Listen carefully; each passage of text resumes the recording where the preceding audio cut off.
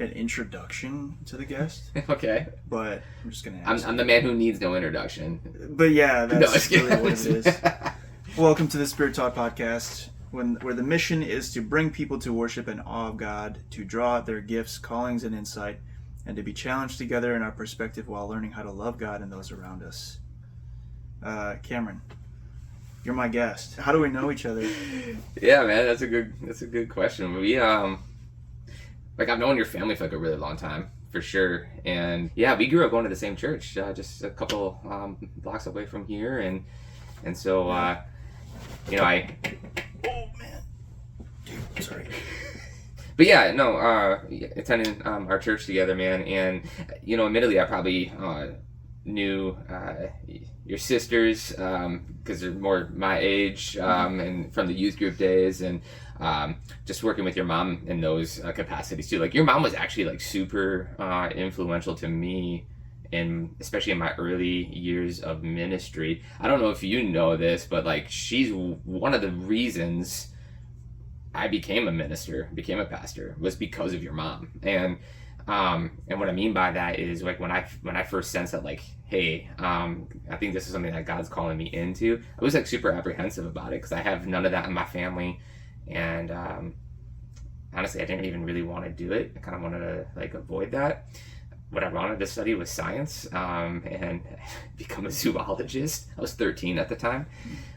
But your mom's like, no, I think like this is something that God has for you, and I'm gonna work with you. And my very first sermon that I preached, your mom helped me work through a lot of that. And that's cool. I didn't know that. I talk about her. 13. Yeah, that's when I found my call into ministry. I talk about her often, though, even like now with what I do, because she has been so influential to me, and helped me not only in that moment, but even like since then, on how to study the Word of God and to love the Word of God. I attribute a lot of that in my own life to how your mom studies Scripture. So yeah, that's how we kind of know each other, is just through your family. What has your history been like in the church? Because you were doing ministry at New Life for a while. So how's that changed to what your ministry is like now? Yeah, I did congregational ministry on staff at the church for about 10 years, and did a little bit of everything when I was at the church at that time. Like, I started off there as a custodian. That was my first paid job at the church, and volunteering, and then eventually on the staff. But yeah, about 3 years ago or so, I made a transition out of congregational ministry. And so today my ministry is in a facility in our town here of Janesville called Cedar Crest. And I serve there. My official title is Spiritual Welfare and Mission Advancement Manager. I'm a chaplain, but I think my role as a chaplain in our facility is a little bit different than what you might find in some other chaplaincy roles.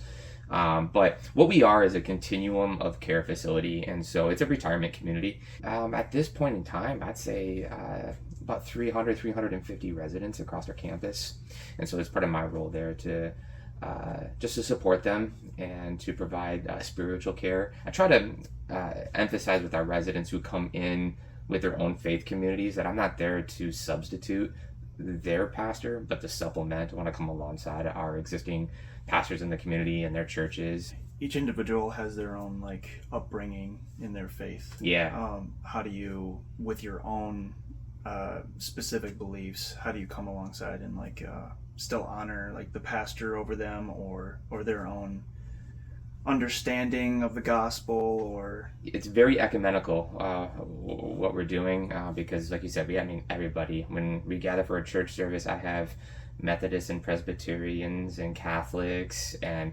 Lutherans, and then they know I'm an ordained Assemblies of God pastor. Cedar Crest has a background with the United Methodist Church.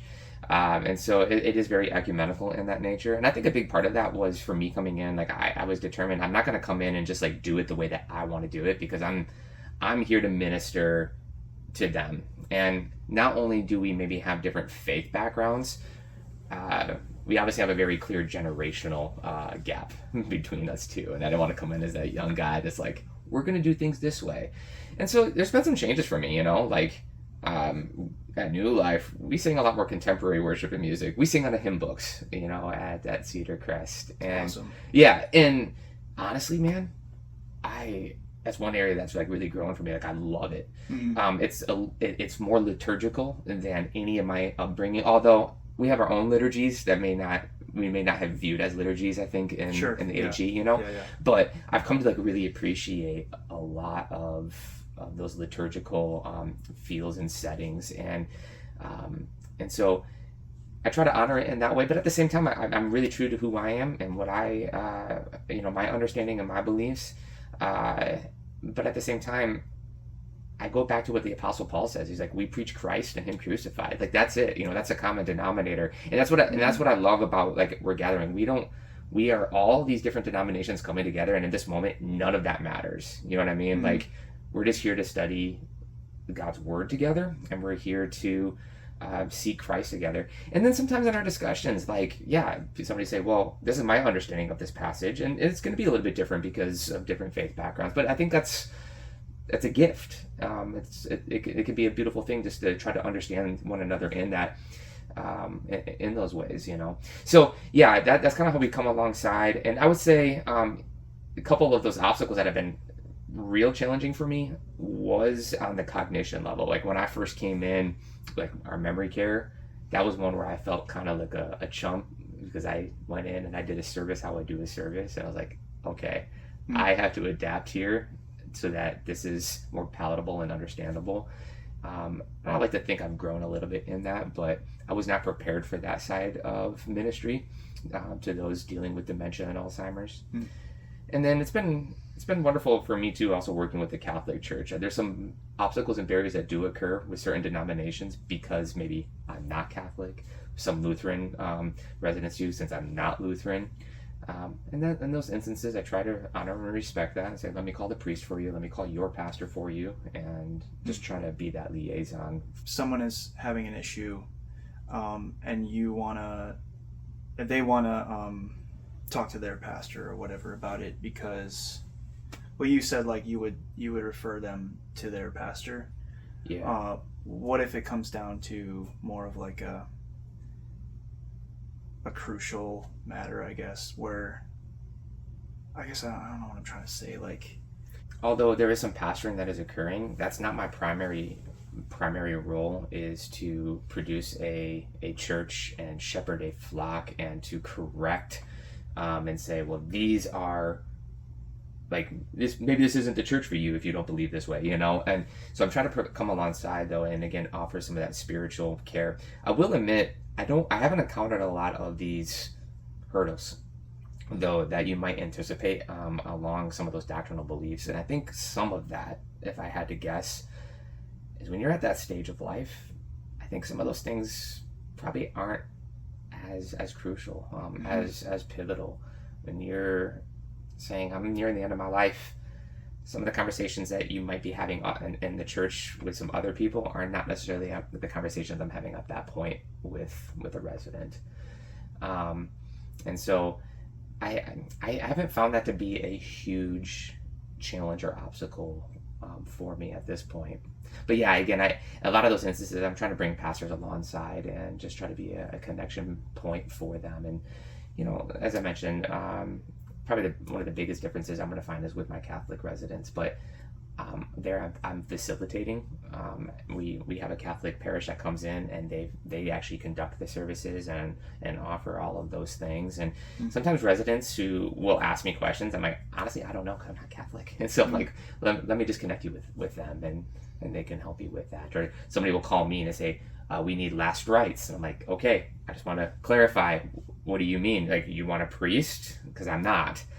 And sometimes they don't even know their own language. I've learned to be like, no, just prayer. I'm like, oh, that I can do, But if you're wanting like official last rites, let me connect you with the priest. I'll make the phone calls and get one out here for you. So it kind of, I find in those moments too, sometimes people are just like, I just need someone here. I just want someone to be present. And again, it's not necessarily these doctrinal divisions at that point. Right. I can't imagine what I kind of think about this sometimes, where it's just how one matures in life, and then what your mindset's gonna be like when you're 50 is completely different than when you're 30. And then now these people at their age, I can't even imagine. Well, first of all, like their health is deteriorating, so their mind is probably slowing down a little bit maybe, and they think differently, and their maturity level is probably at maybe even almost more like a child again. Yeah. Not in a bad way, but in like a very simple way. Yeah. And I would say sometimes it can be, and maybe I want to use a phrase bad way, but sometimes it can be in a challenging way, like sure. a child again. And sometimes that comes with like, I can't believe you just said that, kind of moments where Sure. I'm like, I would think as an adult you would learn to not say those things, but I think we've encountered that with people ourselves. But yeah, it is very childlike. I mean, and some of that, and that's part of my role, because some of that is embraced by residents. They understand, but it's a really hard thing. You're losing a lot of independence when you come to a facility like ours. And some people can recognize that before they come there, and they can kind of make that transition and embrace that. And then frankly, there's others that their families are saying, I can't take care of you anymore, Mom. And they bring them to a facility like ours, and they feel like things are being taken from them, rather than they can say, I understand this is where I'm at and I need to voluntarily surrender these things. So you have some interesting kind of two different dynamics that can be there as you wrestle through these issues with people. But yeah, there's a lot of humbling that can occur for sure. Kind of reminds me of what Jesus said to Peter about his death, about like someone will take you by the hand and lead you to where you don't want to go. Right. I kind of tongue-in-cheek quip with a lot of our residents that Cedar Crest is the best place that no one wants to be. That's what we kind of strive to make it. We want to make this the best place that you can possibly be, but I also understand it. Our mission statement is home happens here. That's what we strive for. But I have to admit, it's not home. Home's where your heart is. That's the farm that you had to sell to get here. It's with your kids, it's with your family. But to the best of our ability, I want to try to make this as home-like as we can. Yeah, family-like. Yeah. Makes sense. How has your Bible study changed over the years? Like from when you were studying, where it depended on your job, I guess? Mm-hmm. Great question there. So I actually still do. I actually probably preach and teach more now than I did in the church. So on our campus, we do 5 services a week. And I do 3 Bible studies a week, and again, they're kind of for different groups with different levels of cognition and understanding, and so some of those are a lot more in depth. My independent living Bible study, I take an immense amount of time to prepare for that, and there's other services that are a little bit more basic, a little bit more simple, but go back to the original question. So some of my Bible study, it's still involved in sermon prep or preparing for these classes. And I think that's always been a challenge for me, whether I was working in the church or where I'm at right now, is trying to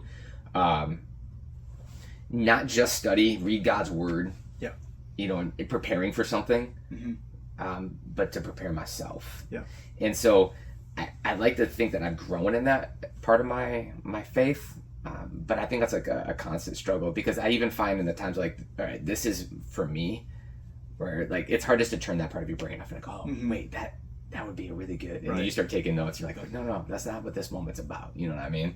And so for me, I think that's a constant struggle for myself, is just trying to not always read God's word to prepare a message for someone else, but to receive a message from God for myself. So how has that changed? I like to think I'm growing in that way. Some days it's probably better than other days. I was getting that even when you would ever share on social media, even that being a thing. It's a form of preaching. So for sure. You're getting something that that would be really good to share for other people. It's like, well, it's firstly for me, so that should be the emphasis and the focus. Not everything needs to be shared, 100% agree with you. I know before we hit record, I was kind of talking with you about that. That's something that I personally felt convicted about towards the end of last year, and I decided to just get rid of my social media. Some of that was because of everything else that I saw out there, and I'll be honest, that's probably I told myself that was the reason why. I was just tired of seeing all the junk on social media. But I think the bigger reason why that I've come to realize over these last several months now is because I found myself taking things and curating it in a way to make that a presentation for other people rather than just living life. And then I found myself, coming back to it and say, well, how do people interact? How do they respond to that? And then that kind of just made my day or didn't make my day. And I was like, I just need to remove that. How is that different from curating something for preaching a message or teaching a message? Yeah, when you say how is that, you mean like putting stuff on social media? How is that different from a message? Like the danger of enjoying the praise. Oh yeah, for sure. There's definitely temptation in both those arenas. Right. And for me, I'm a words of affirmation guy, and so I really thrive off of that. And there would be those moments when you would be coming off the platform at a church and you're like, I didn't get as many compliments after, Right. or Mm-hmm. and that's hard. And because again, we don't want to write messages to tickle ears, right? Mm-hmm. And to say, man, I could say it this way and it'll be more palatable for people, and I know that'll elicit like, no, that's not what we're here for. We're here to preach the word of God and to challenge and to admonish. And so I don't know that it's crazily different. That I think the temptation exists in all of our areas of life to do that for people rather than for the Lord. And it doesn't even have to be, you don't have to be a minister, I think, you know what I mean? Like whatever it is that we do, like why do we do anything that we do? What is the motivation? And the answer is not to just stop doing everything. Or Right. Stop. It's not. Yeah. Yeah. No. Yeah. Because we can't do that either. We have to be. We have to live life still in this world, but I think we have to be aware of that. And I think there's certain things though too that we can let go of. And for me, I realize I don't need to be on social media. That's something that I can relinquish pretty easily. Right. I mean, your mindset you had like 5 years ago to now. What are the major areas that you've grown in and matured in? Wow. Or if you want to talk about your weaknesses rather than yeah.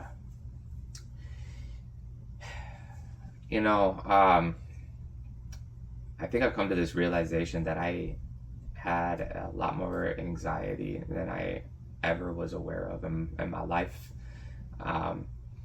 And I don't know if that means I've never been, diagnosed with anything. And so I'm always careful to put a label onto it that, because I realize people have like real labels that need to be put on it. But I just found like a lot of pressure all of the time, and I don't know if that was always external. Some of that I think was internally oriented, perfectionism, and I used to think that was something to be praised, was my perfectionism, and I realized that was not one of my virtues. It's very much one of my vices, and so I've wrestled with that over these past 5 years for sure, and just trying to understand what's going on inside of my own mind and my own heart a little bit more, and to be more aware of that. I think before I wouldn't want to ever really touch any of that. I'm here to kind of help other people, focus on others. But I realized if I wasn't in a better place for myself too, then I wouldn't be able to do that as effectively as I ought to be. Mm-hmm. That's been a big change for me over these past 5 years for sure. Just doing a little bit of my own healing. Mm-hmm. How do you do that? Yeah, I mean, one day at a time, and I think having conversations with people, bringing stuff to the Lord, and just I think being able to call stuff what it really is, rather than trying to ignore it or to bury it beneath. Honestly, I mean, as I mentioned earlier, and as you know, I had a pretty big change in my life 3 years ago when I changed from congregational ministry to what I do now. And honestly, for me, that was a really big like reset point. So for me, how do I do that? Some of it was in total change of environment, you know, and I had to kind of sit down and like, okay, if we're doing this change, you cannot just pick up everything that you're carrying and bring it to a new location with you. You can't do that. And so if we're going through all of this change, you can't just change your circumstances and think like, okay, so then all of these other things are just going to kind of fall in place as a result of that, you know? And so I just had to, I think, just get honest with myself too, and just look at that and say, okay, what do I need to change? And what do I have control and influence over? Because my circumstances aren't the problem, you know? I'm going to bring my own disordered heart into a new set of circumstances. So, right. What do we got to address? Yeah, people like to blame though the circumstance. That For is sure. like the major thing, to blame the circumstance. No, I do think people. It's always easier to point, I think, to the things that are outside of us and say that's my problem. But then at the end of the day, we do have to have a real honest conversation. Like in all of those circumstances, there's a common denominator, and it's you, and you're the only thing that you can control. I can't control any of these other things. And so I can only really have influence over myself and how I respond to my circumstances. And so I think that's a conversation that we really have to have with ourselves, as not just how do we change our circumstance, but how do I change my heart? How do I change my attitude? How do I change how I approach this circumstance? What can bring us to that point where we're able to humble ourselves in that way to not only hear it from God, but also to address it? Yeah. Because so much of the time we're burying it. And like you said earlier, like you realized years ago that there was a lot more anxiety that you were dealing with. So, you know, something happened where you were able to notice it more. Yeah, and I think that's a key part of it, is like notice it more, right? Because it's not like it all of a sudden came or sprung. It was always there. And in fact, as I even kind of think about that, not to kind of be revisionist as I look over my life, but I'm like, you know what? Even as a kid, that's what that was. I didn't realize that, you know, it's always been there. I just didn't know what that thing was and how to deal with that or how to address that. And so there's a part of that. And first of all, dealing with it, sometimes things have to get a little bit worse before they get better, and I know it's a little cliche to say that, but it's like you kind of have to let everything out of the closet, and that gets messy, you know. And so you realize like, oh man, that's a lot darker than I realized, and I had tucked that away for a little bit. But I think another part of that, of what gets us there, honestly, is the suffering, for lack of a better way to phrase that, the pain and the suffering, and I think sometimes I think a lot of times we don't have a great theology around our suffering, and we try to avoid it. We try to be just comfortable, and we try to shortcut it. But I think a lot of times it's the things that we have to endure and that we go through that really break us out of those habits that we have and seeking out our own comfort. C.S. Lewis refers to our suffering almost as a nursery of sorts, in which God is able to break us out of our mindset. And sometimes we're like, does it really have to be that though? Does it have to be suffering? It seems to be that way. It seems to be, yeah. And how though? How? What do you mean how? How does suffering do that? Yeah, because it kind of eliminates every other option.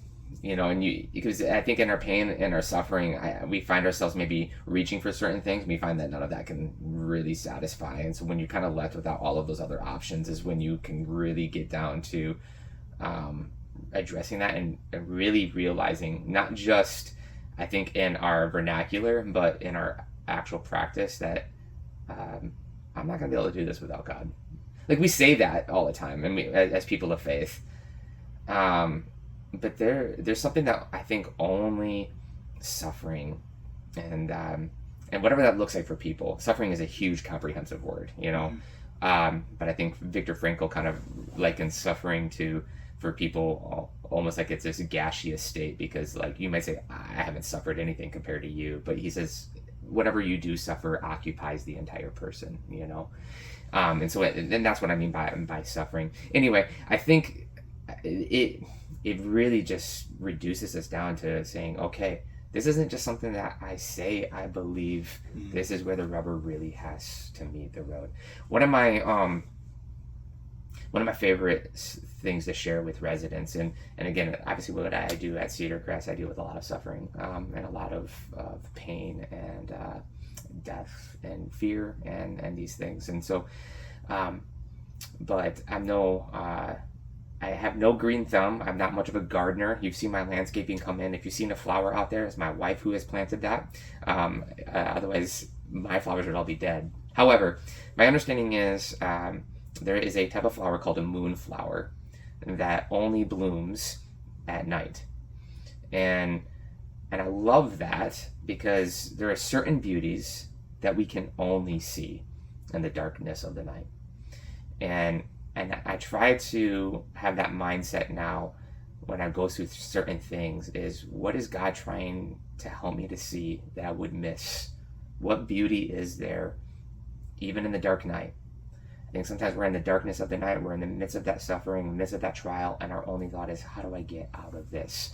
How do I make this as short as I possibly can? Rather than saying, what is it that God's trying to teach me, show me? What beauty is there even in this? It's a question I often ask of our caregivers. And obviously dementia is incredibly dark, but what is something that you're thankful for in this season? And I'm always humbled by the answers. Maybe, I've become a far more patient person than I ever thought I possibly could be. You have to be, and they share those certain things. So suffering, though, sometimes is that nursery where those things are cultivated within our lives. I don't know why, but I thought of there was this like wild man, I don't even know how to say it. The guy, one of those shows where they go out in the wild and they do a bunch of crazy stuff. Yeah. One of these guys gets bit by a bunch of crazy bugs. Okay. And like the most painful bites. Yes. Of bugs ever. Is this Coyote Peterson? Or is yeah, it different? Yeah, because the girls love this guy. Okay, yeah. I'm pretty sure it's Coyote Peterson. Yeah, and I just was binging those clips one day. They're awesome. Yeah, for some reason I thought of that when you were saying, when you're feeling the pain, all you want to do is get out of it. But this guy is like willingly going into the pain for a purpose, for whatever reason. But it's super entertaining. Just like, oh! Yeah, right. Just that kind of stuff. Yeah, exactly. And we have to be careful. Like, I don't think we need to become like masochist and like seek out unnecessary suffering. But at the same time, right, like that guy is seeking out. Right. But when it comes to like our own lives of faith, I think we need to start to learn to see some of the trials that we go through as gifts. If dependency upon God is the objective, then suffering is grace. If it's what can cause me to depend upon the Lord all the more, that's grace. Anything that causes me and produces within me a deeper dependency upon the Lord, that's the ultimate goal. Not independence, not comfort, dependency upon the Lord.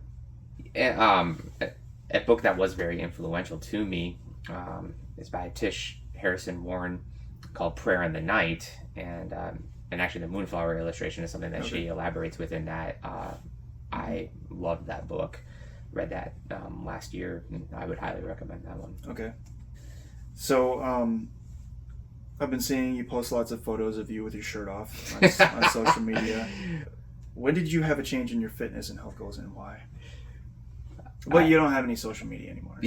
Yeah, and I don't know if I posted a lot. They're definitely. A joke. I know it was. There was one, and even then I was like super like apprehensive because that is actually very much out of my comfort zone. Yeah. But yes, I did post one. At one totally point not something you would do.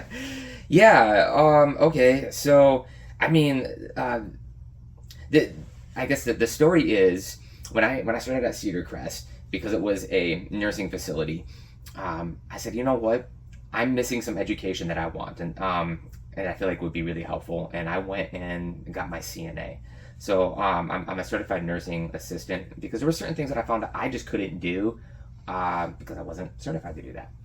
Anyway, as a part of that, I had to go to the doctor, go do my physical, get all of that stuff done. I avoid that stuff. I hate that. I have so much anxiety every time I go to the doctor. Every time I go, they're like, your blood pressure's through the roof. And I'm like, it's only because I hear, I promise. Like, otherwise I'm like super chill.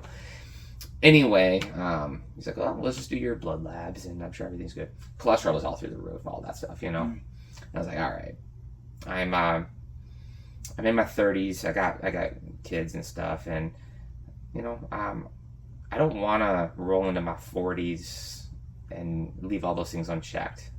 And I want to start making some changes. And so at that point, I started just changing what I eat. And I was on the medication, and my numbers all came back really good. And I was like, okay, I want to do something more. And I started running, something I never would have done, probably because I was too fat. And when I lost the weight, I'm like, okay, this isn't as bad. Like, I kind of enjoy this. And then actually there was a secondary effect back to the anxiety thing. Like, I found like, okay, like my mind has so much more clarity after a run. Like, I just don't feel as anxious. And so I just started doing that, and I was getting more and more shape. I trained for a marathon. I ran one in April. More so than I found like, okay, I need to do something here, because like I'm starting to just like look like scrawny, and so I started lifting weights as a part of that. But it all really just comes down to like, I just didn't want to be a 40-year-old dad who couldn't like keep up with my kids, you know? And I realize health is fleeting, and like we can't always protect all that, but like I wanted to just be able to at least say like I did what I could. I wanted to set an example for my girls. My girls are all involved in gymnastics, and you know, so even now, like sometimes I'll be doing a core exercise and they'll come and do it with me, and that's like, this is it, you know, because like I want them to see that I want to do these things with them. I don't want to be the dad like I just can't, you know, I physically can't keep up. And so that was originally what got me going with that. And so it's just started with some discipline, and I think once you kind of see some of those results, the motivation just kicks in, and so I kept with it. Mm-hmm. Has that mindset seeped into other areas of your life, or was it just physical, like emotional health or anything like that? Yeah, for sure. I don't know that we can entirely compartmentalize our life like that, because we're holistic beings, you know. And I think that's partly like when I started taking care of myself more physically, I just started to realize the gains in all areas of my life, mentally and emotionally and spiritually, and so yeah, I've seen those disciplines really trickle into that, because what I found is a lot of times people will say like, well, how do I get motivated to start doing something? Wrong question. If you wait for that, you're not going to do it, man. Like, I'm not motivated even now. I've been doing this for a couple years, and like I woke up this morning and did my workouts, zero motivation. I'm like, I would much rather sleep. It's discipline. Motivation comes when you see the results. Discipline is what gets you the results. So I think about that even sometimes, you know, biblically, like, do I feel like praying right now? Like, no. Do I feel like reading my Bible right now? No, not necessarily. But it's my discipline, and these are habits. I'm going to go through that, and we see the fruit and the benefit of that. But I'm going to be disciplined to even when I don't feel like doing something. And the truth is I wake up and I don't want to go to work. I don't feel motivated. You never question like, do I go to work today or not? Like, no, of course you do. Like, it's off the table. You just do that. Being a parent, sometimes I want to be selfish and be like, you know what? I'd rather do what I want to do today. Do I have that choice? No. You know, and so that trickles into other parts of your life for sure, to say like, no, it's the discipline that has to come. We have to put those things into place.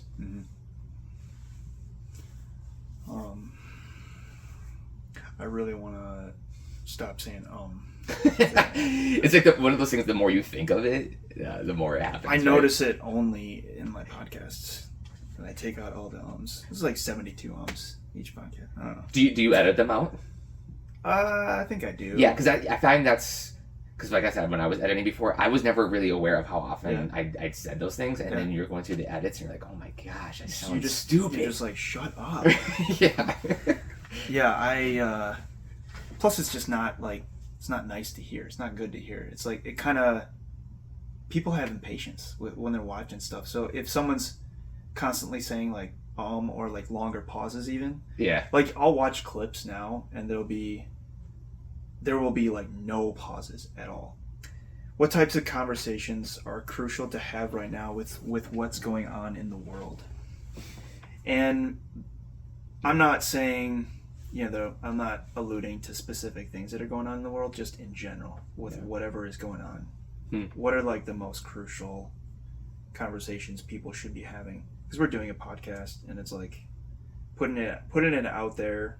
I don't know how many people actually listen, but I think I would begin with just the basic of like just having a conversation. Like before we even focus on the type of the conversation, just getting at a point where you can have a conversation, I think is incredibly crucial. Like I'll be honest with you, man, like even something like this for me, like I find moments like this are not common. Like where people just sit down and have a conversation and they just talk. Mm-hmm. I said, see, I'm aware of it. I didn't even notice it. No, there's a quote by Marcus Aurelius in Meditations that it basically says something along the lines of like, let's stop discussing what a good man should be and just go and be one. And I think that applies to like a lot of different areas of life. Like maybe not talk about what sorts of conversations we should having. Just go start having conversations. Because sometimes I think we pause, just like, I don't know what to talk about. I don't know what to do, where to go. And that almost like paralyzes us from doing anything at all. Just get out there and have the conversation, I think is one of the first things. We need people to and that goes back to, I think, some of the social media things. Those are not conversational tools. That's me just vomiting my thoughts for everybody else. And if I don't like you, block, delete, it's like anti-conversation. And we need to get back to the point where we can sit down and have a conversation. But I think there's two things that come to mind, like what types. One, I think conversations with people with whom we disagree. We need far more like nuanced conversations where like, I'm not here to convince you. This is not a persuasive argument. I can tell you what I think, you tell me what I think. We're not here today to convince one another. We're here to try to understand. So at least I may not at the end of this conversation say, I agree with you, but I can say, I can now understand why you think the way that you think. That's, I think, a wonderful realization to come to. And the other thing, though, I think I would include in those types of conversation are hopeful conversations. I think there's a lot of just doom and gloom, things that are not awesome, types of things being broadcast out there. There's hope, man. There's hope. Not all is lost, and I think just always infusing those situations to say, so what do we do from here? What can we do from here? And there's always something. Why do we like to talk about how messed up things are? It's like we're not rejoicing in how messed up things are, but we enjoy having those conversations. Yeah. We are these miserable creatures who, as much as we don't, and going back to the suffering thing, we don't enjoy our suffering. We find comfort in that suffering, because as long as we have that way, then we can maybe be comforted by other people. It gives us attention, and for a lot of people, I think it's the common ground in that we are all going through this really messed up thing. And so let's focus on that. And none of us really know the solution. And if any one of us were to try to offer a solution, that's where we start to find maybe a lot of the disagreement and say, no, that's not it. And then everybody freaks out. And so let's just avoid that. And let's just talk about how bad everything is. And, but I think a lot of it too, again, I don't know if it's increasing secularism or anything of that sort too, where people just, without Christ, I can understand. You look at the world and say, man, this is awful. Mm-hmm. And when you look at things from a temporary standpoint, sure. But we look at it from an eternal standpoint, that he is making all things new in the midst of all of this. And we get to be agents of that recreation. And there's hope. There's hope. And we get to be part of that. And I think the minute that we start acknowledging that, all of a sudden that means, you mean I can't keep just talking about everything that's wrong? I actually have to go work towards making things better. And that scares people, It's a lot easier for me just to say, this sucks, and then walk away from it, rather than saying, So what do you want to do about it? What can we do about it today? I would find this conversation even in the local church. People would come up to me and say, man, I can't believe we don't have more men's groups here. And I go, you're right. I wish we did. It sounds to me like maybe God might be calling you to lead one. But no. You know, it's far easier just to say, here's the problem, than it is to say, I think I could do something to help. What do you think about speaking in tongues? In which way? Just in general? Just like any of my thoughts about it? Well, I guess it is a huge question. I don't know what are your general beliefs on it, and then let's start from there. I believe in it, so I guess I will start off at that point. I believe that it is a gift that is in operation, and speaking in tongues. I think it's largely misunderstood, and I certainly do think it can be abused, and has been abused. Yeah. More emphasized on rather than other gifts. 100%, and that's a great, I think, point to make there too. I think it can be overemphasized in a lot of circles, including my own faith tradition. You know, I'm an ordained Assemblies of God. I love the Assemblies.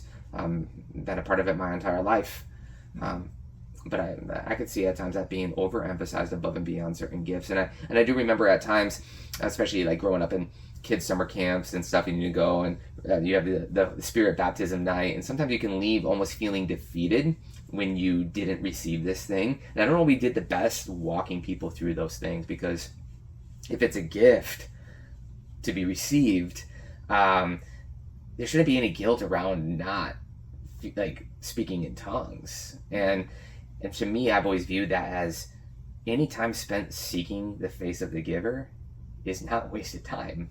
You know, like in those moments, if you're saying, I sought this gift and I didn't get to speak in tongues, don't be disappointed. You sought, but also be careful. Like, be careful just seeking a gift, right? Like, I want to seek Jesus. Yeah. I want to chase after him. Tongues is not the end in and of itself. Like, that is the pinnacle of spirituality and where we need to arrive. You know, it's being with Jesus. That's our goal. And so if I want tongues, it's not so that I can say I speak in tongues. It's so that I can be in deeper fellowship with Christ, right? And that would be the only reason to even desire that gift. It's the only reason to desire any of the spiritual gifts. Right. And so I think sometimes we haven't done the best at explaining that. But I believe in it. Yeah. But I know it's caused a lot of hurt for people, a lot of confusion for people, and a lot of problems for people. Yeah. So it's just something I've been thinking about more lately, and like, you know, I don't always feel spiritually led into it, and I'll go after it, but I don't know where my question is. I don't know what my question is exactly, but just what is your experience with it in your times of prayer, I guess, and like I'll just be speaking it, and I don't understand all the time what I'm praying for or what I'm saying, of course, but there's been times where there's like almost like this understanding of or like a thought that I am praying for someone specific, or that I'm praying for something specific, but that doesn't all the time happen. Sure. There's just so much that goes into it, I guess. So, and there's no perfect way to understand it, because it is still a mystery, of course. Right. But that's not to say that like things are revealed about it still. Like obviously interpretation reveals what the message is of what you were saying in tongues. Some people will say, you know, it's only for it's not like a spiritual, like personal prayer language or whatever. Like you can't, like it's not for praying personal devotion time or whatever. Sure. But I find that I'm either worshiping, or I'm praying for someone else, or I'm praying for myself through the Holy Spirit in some way.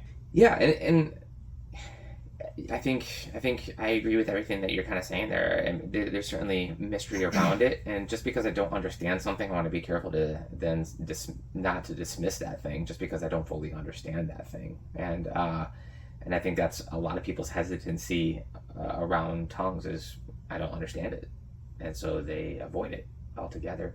There's a passage where now he's speaking of his crucifixion at the time, but Christ tells his disciples, "You do not understand, but one day you will." And I think that's part of the faith element of that is leaning into something, even if I don't fully understand it or wrap my mind around that. He even promises us in a different passage a peace that surpasses understanding. Like, it doesn't make sense, but I have it. And so, there's definitely a mystery that envelops it. And then as far as I think the private and the corporate side of that, I think there's a both and. There's some that when I look at the spiritual gifts, how I've always kind of understood that, there's some that are gifted to use it more in a corporate setting. Then yes, it needs to, according to Corinthians, be followed with an interpretation so that it can be for the edification of the body, right? And then there's a private time though, where that's not necessarily prescribed, where we might not get that interpretation, and yet. It's that prayer language with God. This is maybe all over the place, but I'm reminded of a moment on a mission trip to Mexico when we were youth. It was probably to me one of the craziest moments with tongues because, biblically speaking, there's some different. You have in Greek xenolalia and glossolalia, speaking in heavenly language or speaking in a language that you haven't learned. Mm-hmm.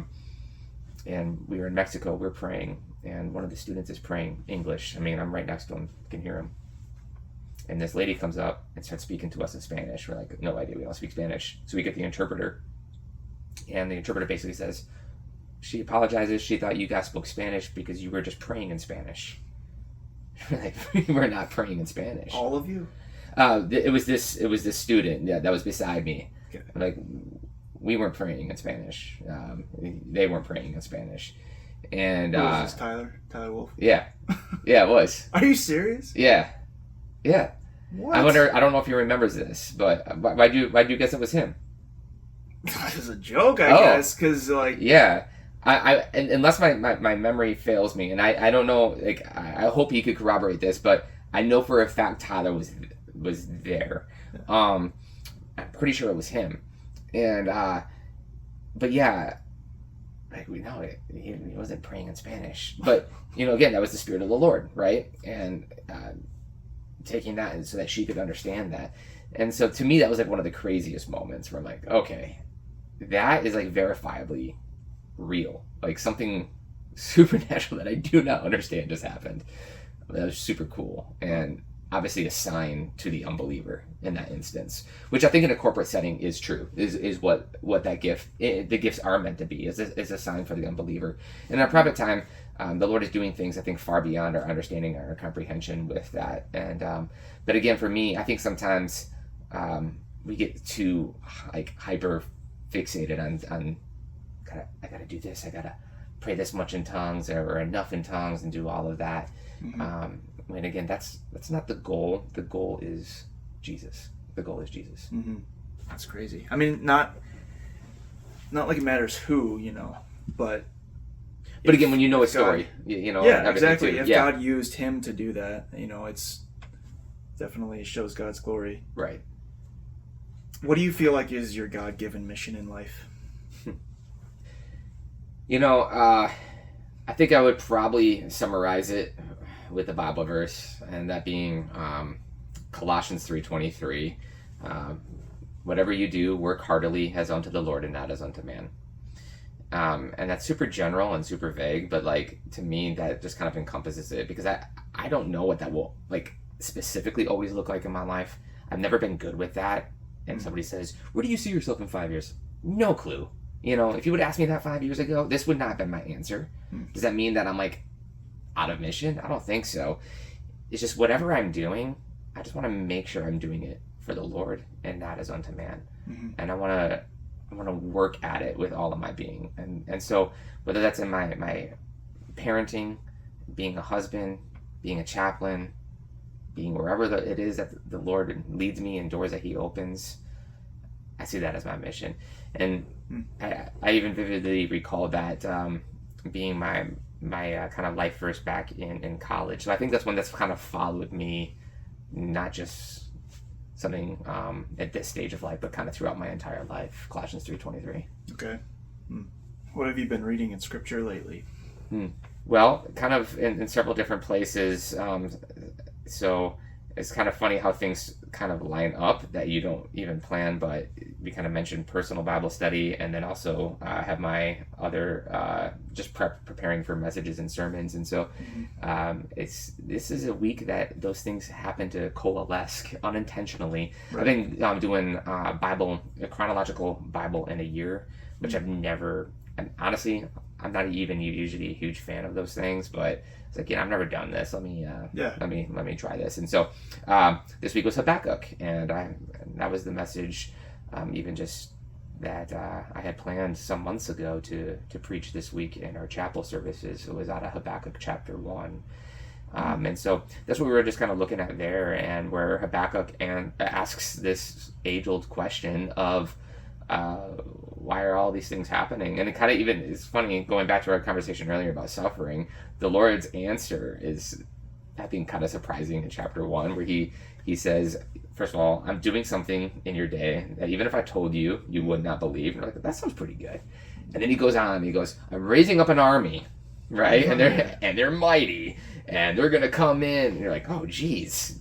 And, but you see even how he uses that to lead ultimately to Israel's salvation, although it meant destruction, suffering. And that was brought on by their disobedience and their sin, but it's him trying to woo their hearts back to them. But that was the passage that I was really sitting in this week is Habakkuk chapter 1, and that God is always working. He's always doing something. Even if I can't see it, I don't understand it, I can trust him. He's trustworthy. Even if my situation and my circumstances would lead me to believe otherwise. Because that was kind of the thing we talked about that I had shared with the residents is, a lot of times we look at this world, and I think we'd have to be honest that sometimes this world does not look like we have an all-powerful, all-loving, wise God. When we look at the things that are happening in this world, we just can't make sense of it. We do not understand what is happening. Sometimes it's on a global level. Sometimes it's on a deeply personal level. And yet, what Habakkuk came to the realization is that I can still trust God through this, even if I can't make sense of it. And so that's something I've been wrestling with too. You would say that that's what God has been speaking to you personally lately? Yeah, and it's funny, even as we're preparing some of those things, it's hard for me to really compartmentalize that. And like I said, this week it just happened to be my personal study lined up with my professional preparation.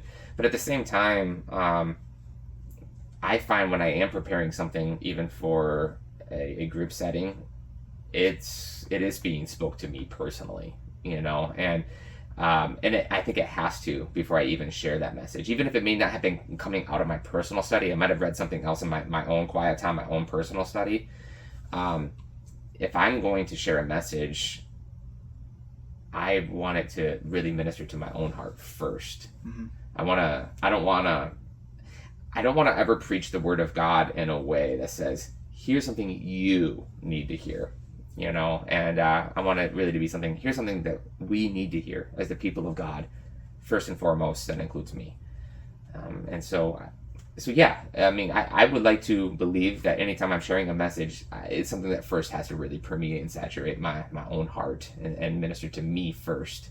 That's really crucial. Yeah, I don't know if we could be speaking out of our hearts if we're not feeling that conviction or that deep personal connection with what we're preaching.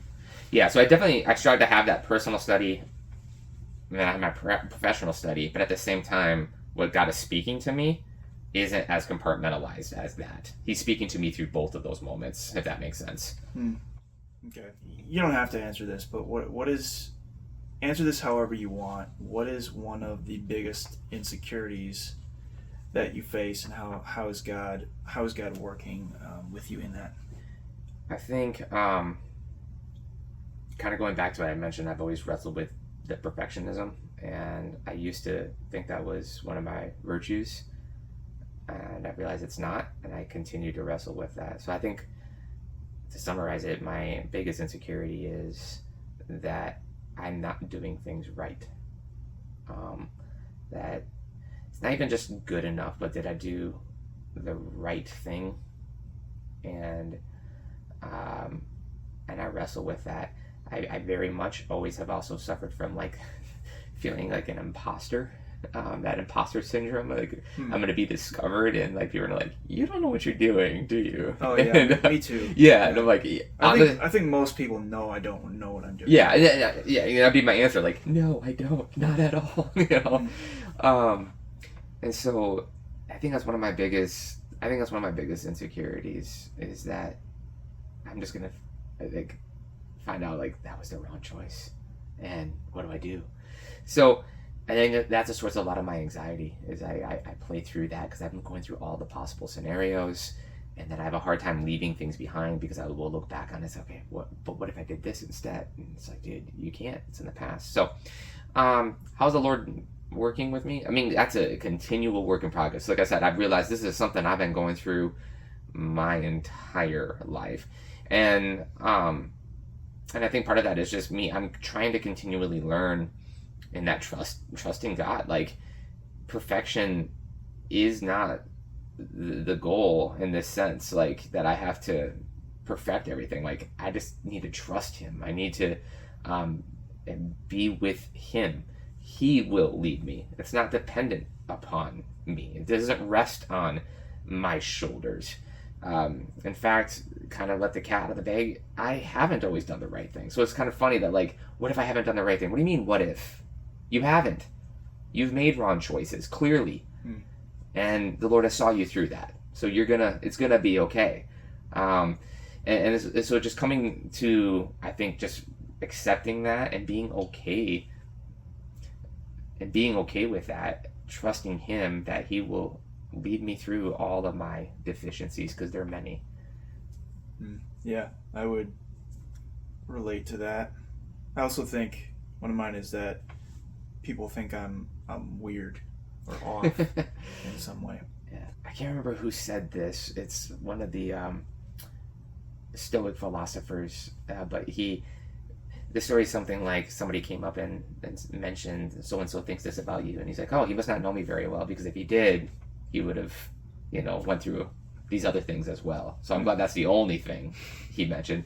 And I think I'm coming more and more to that realization, like, to say like, oh, it's just one thing, like, oh, no, it's many things, and that's okay, like, because I am far from this perfect person, and there's all these things. Like, if you really knew me, there's a lot of shortcomings, and there's a part of you that's scared. You want to hide and tuck those all away from other people. Right. But I think as we kind of bear those things and are willing to be vulnerable with one another, we find we're actually, none of us are that different from one another at all. Yeah, that's definitely true. If you talk about it more, if you have those conversations, like you said earlier, being open with each other, and also just living life with other people, you start to realize. That's something I've been realizing more, that, oh, okay, wow, like, I'm not so off as I thought I was, or I'm not so different, I guess. Yeah. Even leading up to this, to kind of give you a case in point of my insecurities, I had asked you, oh, you have some questions, can I take a look at them? And you're like, well, why? This is why. Because I'm like, what if I don't say the right thing? What if I'm not prepared? What if I stumble on one of Daniel's questions for me today? What if I listen to this later on and say, you idiot, why didn't you say this?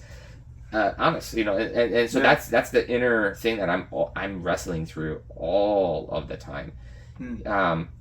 And I really appreciate you having me do this with you, like genuinely. But I will confess to you, I saw this on my calendar, I've had a lot of anxiety about it. And I think sometimes that surprises people when I share certain things like that, because they're like, hey, don't you do that? Like, don't you talk to people? Don't you share that? I do, but there is always just this undertone of worry and anxiety about, but what if this is the time that I say something stupid or do something stupid, or I'm discovered, to be that imposter. So, yeah. Yeah, I don't know why, but I wouldn't get that from, like, I wouldn't see that. Yeah.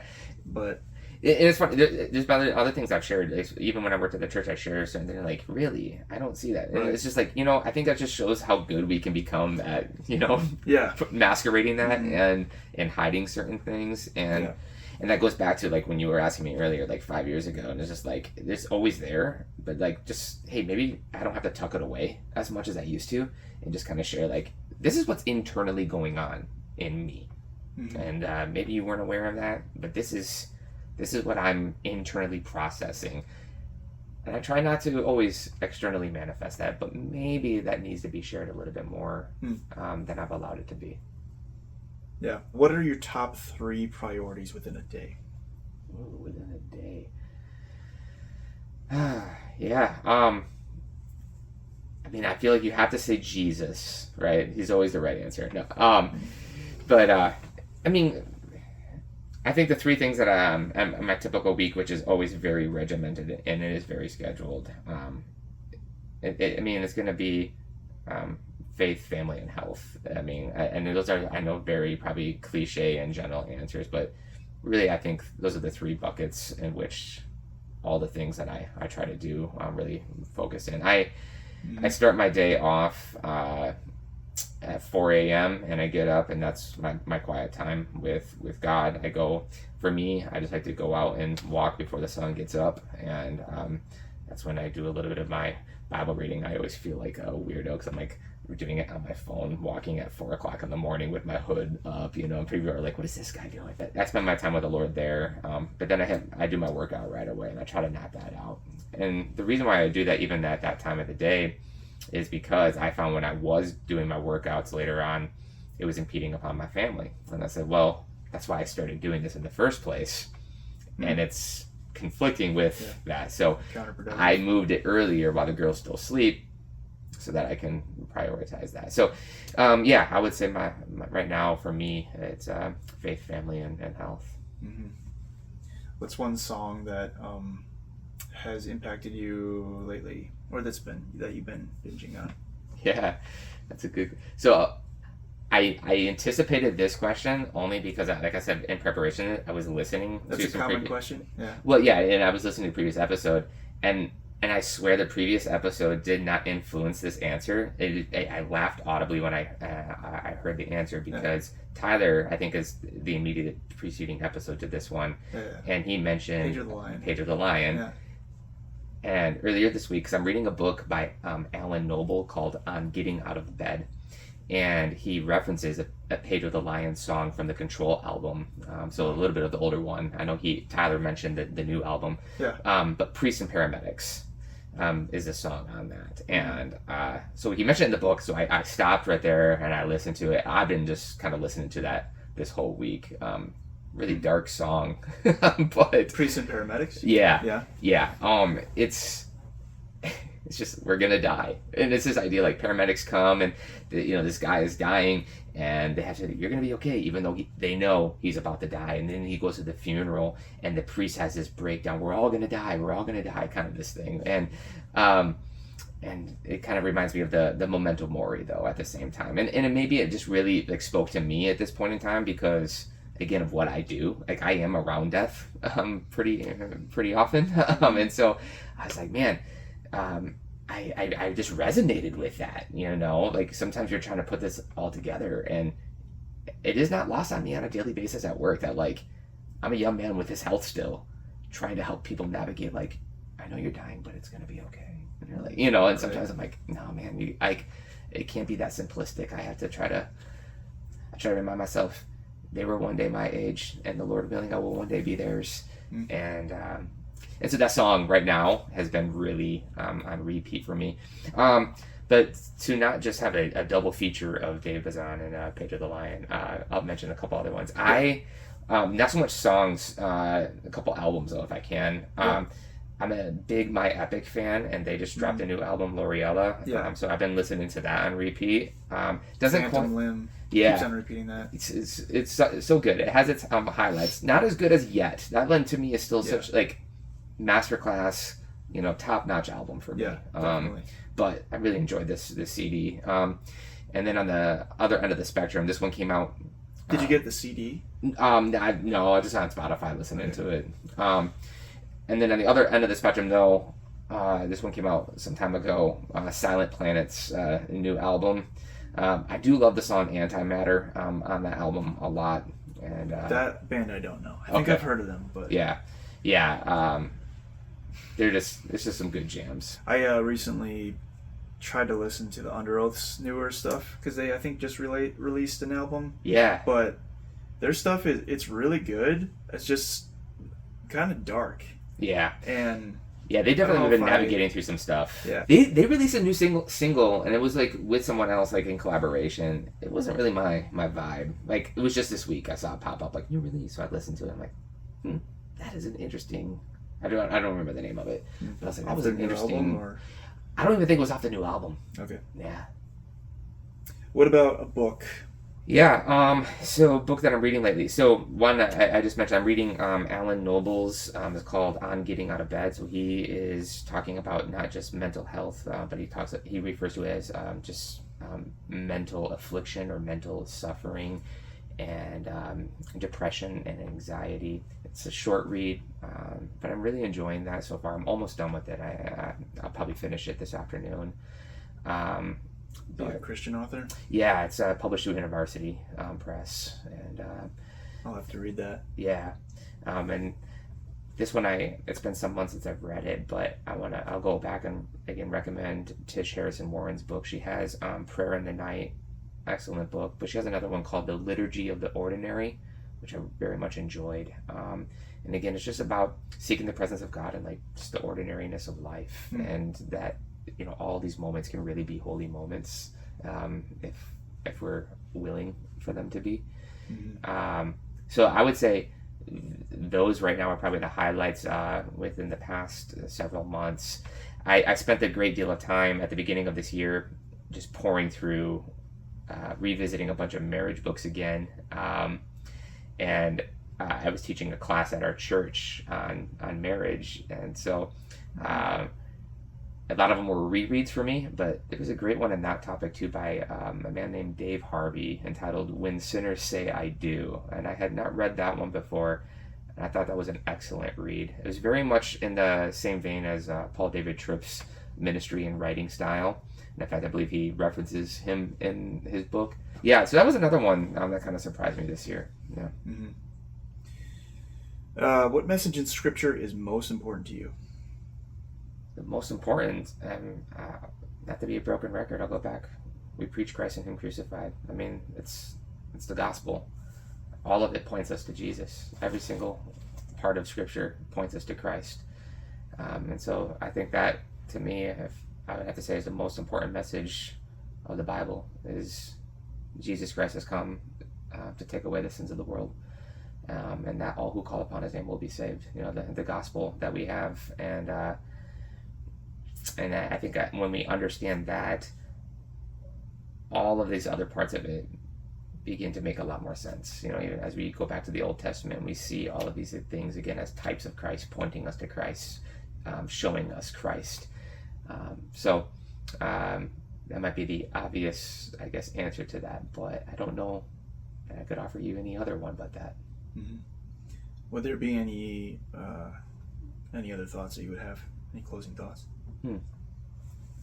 I don't think so, man. I appreciate it. Nobody ever does. Yeah. It's just like, well, no, I think you do a good job preparing questions, like, because you're kind of all across the board here. I know when we originally scheduled this, you were like, hey, or I asked you like, hey, what's a topic? Like, I know a topic, and I think it was actually kind of cool. Originally, I was like, I wish it was a topic, so I knew what I was getting into. But this allowed us to maybe have a conversation about a wide range of things, and so I appreciated that, man. And I appreciate, as I think we both kind of mentioned at the beginning of this, maybe a little out of the comfort zone, but at the same time, I enjoyed it. So thank you. Yeah.